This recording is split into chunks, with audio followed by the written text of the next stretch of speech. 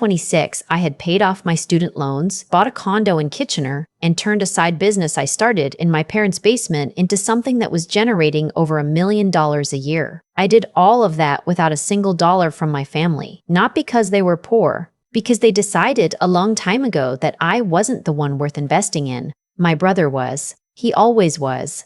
Growing up, it was just the three of us kids, me, my brother, and our younger sister. But anyone watching our family from the outside would have counted only two. My brother got the tutors, the hockey equipment, the university fund.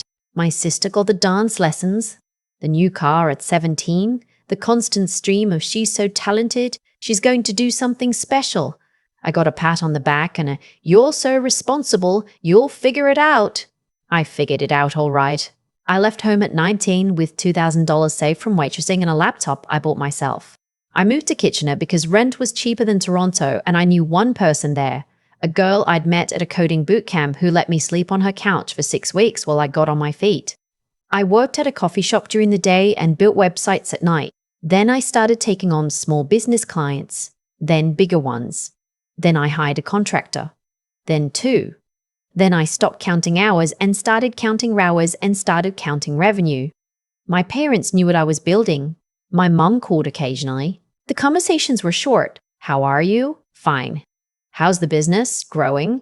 Then she'd spend the next 20 minutes telling me how my brother's MBA program was going, how brilliant his professor said he was, how he was going to do something really impressive once he graduated. I'd make the right noises and hang up. I stopped going home for Christmas the year I turned 23. There was no fight about it. I just said I had too much work on. The truth was, I couldn't sit at that table one more time and watch my parents light up when my brother walked in the room and dim slightly when I did. For almost 3 years, I barely spoke to any of them. Then my brother graduated. Then his startup failed. Then everything changed. I heard through my younger sister, who had drifted closer to me once she moved out and got some distance from our parents, that things were not going well. My brother had taken his MBA and launched a tech company in Toronto with 2 friends from school. My parents had invested heavily. Not just money they had saved either.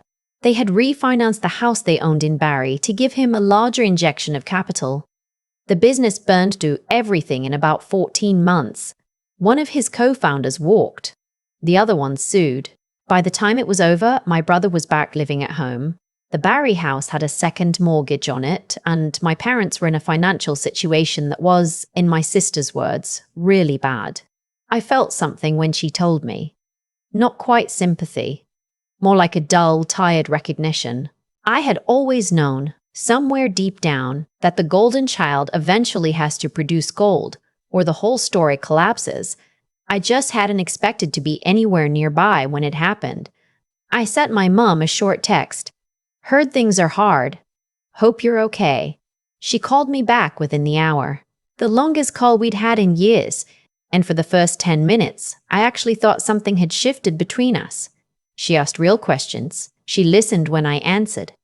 She told me she was proud of what I'd built. I remember sitting in my condo looking out at the skyline, thinking maybe this is the moment. Maybe this is where we actually become a family. Then she said, "We were wondering if you could help us." I asked what she meant. "Your father and I have been talking. We need about $400,000 to clear the second mortgage and get back on stable ground. We thought, given everything we put into raising you, it would only be fair." I didn't say anything for a moment. "Given everything you put into raising me," I repeated. "We gave you a home, food, education. We supported you for 18 years, Waverly. There it was, my name, the one they gave me and then spent the next 20 years barely using. You refinanced your house to fund his business," I said. "That was your choice. He needed help. We helped him. Now we need help. That's what family does." I told her I needed to think about it and got off the phone. I sat with it for 3 days. I talked to my sister, I talked to my best friend. I even talked to my accountant, not because I needed financial advice, but because sometimes you just need someone sensible to sit across from you and confirm that you are not, in fact, losing your mind. None of them thought I owed my parents a cent. I called my mom back and told her no. That was when things got ugly. The letter arrived on a Tuesday in November. It was from a law firm in Barrie. I read it 3 times because I was convinced I was misunderstanding something. I was not. My parents were claiming that I owed them a debt, specifically a debt representing the cost of raising me from birth to age 18. The letter itemized things: food, housing, clothing, dental, schooling. They had arrived at a figure of $380,000. They were demanding repayment within 60 days, or they would proceed to civil court. I actually laughed. I laughed out loud in my kitchen, alone, at 8 in the morning, holding a legal letter demanding I repay my parents for my own childhood. Then I stopped laughing and called a lawyer. My lawyer, a woman in Waterloo who specialized in family and civil litigation, reviewed the letter and told me what I had already suspected. There was no legal basis for this claim in Ontario. Parents do not enter into financial contracts with their children by choosing to have them. A child cannot consent to repayment terms before they are born. No court was going to hear this case and rule in my parents' favor. She advised me to send a formal written response declining the demand and to keep all correspondence in case things escalated. We sent the letter. My parents, apparently, did not take it well. Over the next 3 weeks, I received calls from my brother. He didn't threaten me exactly, but the tone was clear. He said things like, "You have no idea what Mom and Dad sacrificed, and you always acted like you were better than everyone in this family, and, memorably, if you'd been more supportive earlier, none of this would have happened." As if his startup failing and my parents refinancing their house to fund it was somehow a consequence of my emotional distance.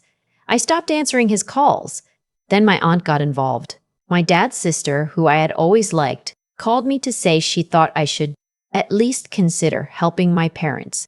That family was family, that she knew I had done well for myself, and surely I could spare something. I told her, as calmly as I could, that I had built my business without any support from my family, and that I did not believe I owed a debt that didn't legally or morally exist. She said I sounded cold. I said I'd had a good teacher. She didn't call again. What I didn't tell any of them, not my brother, not my aunt, not my parents, was what I had found. It started because of a document. When my lawyer and I were preparing the response to their legal demand, she asked me if I had any paperwork from my time living at home, anything that might be relevant if the matter did proceed to court. I didn't have much, but I did have one thing: a folder of old tax documents my dad had asked me to hold on to years ago when they were doing some renovations and needed to clear space. I'd never looked through it properly. I threw it in a box when I moved, and it had been sitting in my storage unit ever since. I dug it out. Most of it was mundane.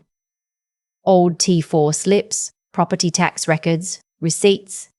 But there were a few things that didn't make sense to me. Business expense claims that seemed very large for a household with one modest income. Charitable donation receipts for organizations I couldn't find any record of. And something else. A set of documents related to a small numbered company I had no knowledge of, with my name listed as a co-director. I had never agreed to be a director of anything. I stared at my own signature on those documents for a long time. It wasn't my signature. It was close. But it wasn't mine. Someone had signed my name. I took everything to my lawyer. She looked at it carefully and then looked at me and said, "Waverly, this is potentially serious." She referred me to a colleague who handled financial fraud.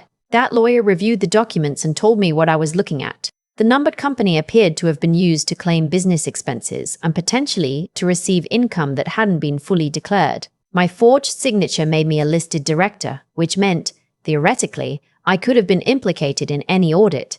Someone had used my identity without my knowledge as part of what looked like a tax arrangement that would not survive scrutiny. We filed a report with the CRA. I want to be precise about my feelings at that moment, because I've thought about it a lot since. I didn't file that report out of revenge. I filed it because someone had forged my signature on corporate documents.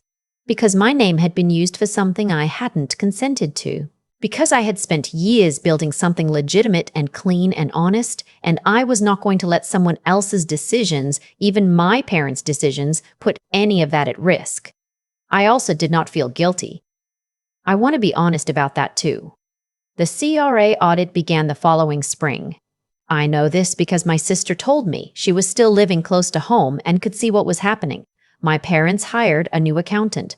There were meetings, there was stress. My brother, from what I understood, was questioned as well, given that he had also been listed on some documents related to the numbered company. My parents' lawyer sent one more letter to mine. It was not a demand this time, it was a withdrawal. The civil claim for child-rearing costs was being dropped entirely. My lawyer called me to let me know. She read me the withdrawal notice and then there was a pause and she said, "I don't think they'll be coming at you again." I said I didn't think so either. I hung up and stood in my kitchen for a while.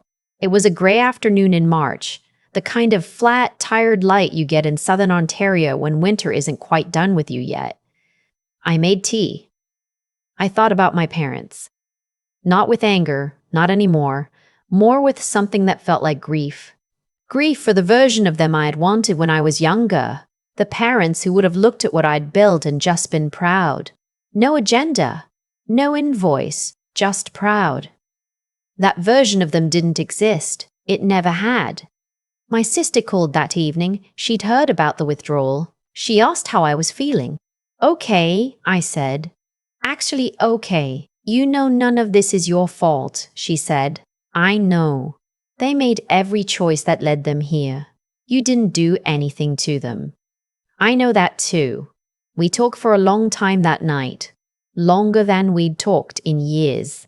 About growing up. About the different ways we'd each processed being in that family. About what we wanted our lives to look like going forward. She was thinking about moving to Kitchener.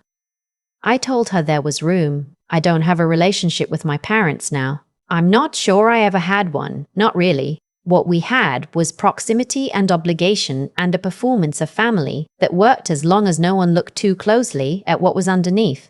When things fell apart, when the golden child couldn't deliver, when the money ran out, when they turned to me as a last resort and I said no, the performance stopped. What was left wasn't enough to build anything real on. Some people, when I tell them this story, say they feel sorry for my parents. That's their right. I don't feel sorry for them. I feel something more complicated than that.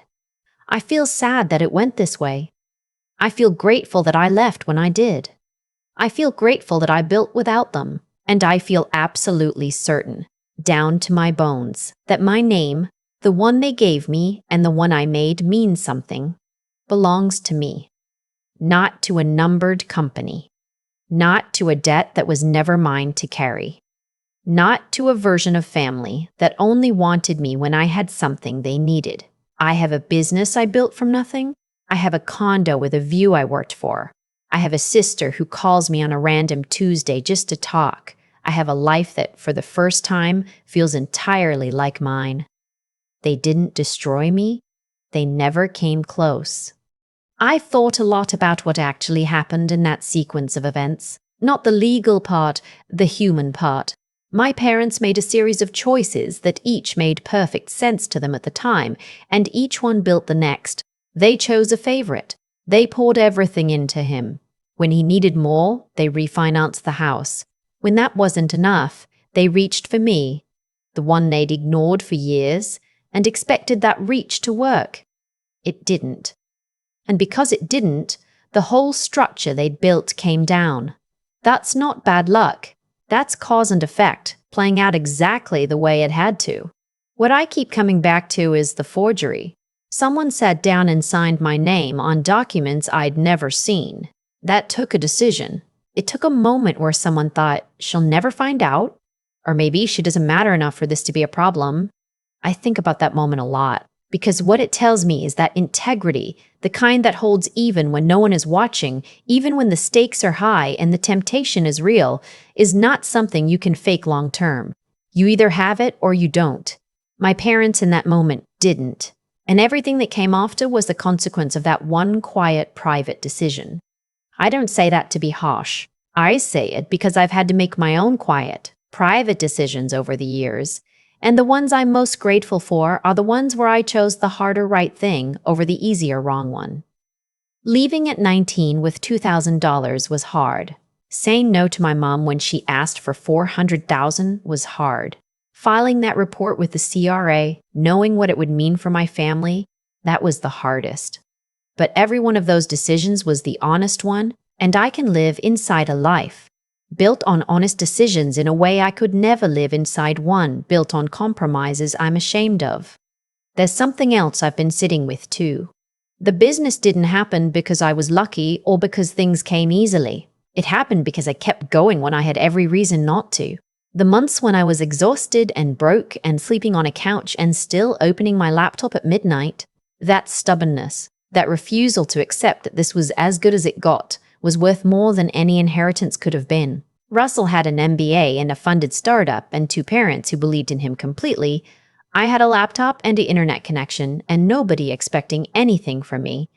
The playing field was not level. I leveled it myself, over years, one client at a time.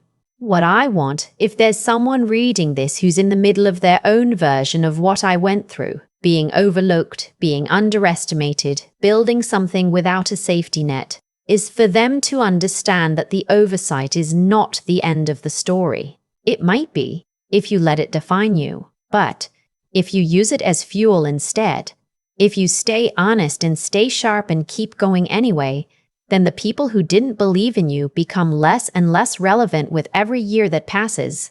Fiona called me last week just to tell me about her day. Nothing important happened in it. She just wanted to talk. That, more than any of the rest of it, is what I built toward. That's enough.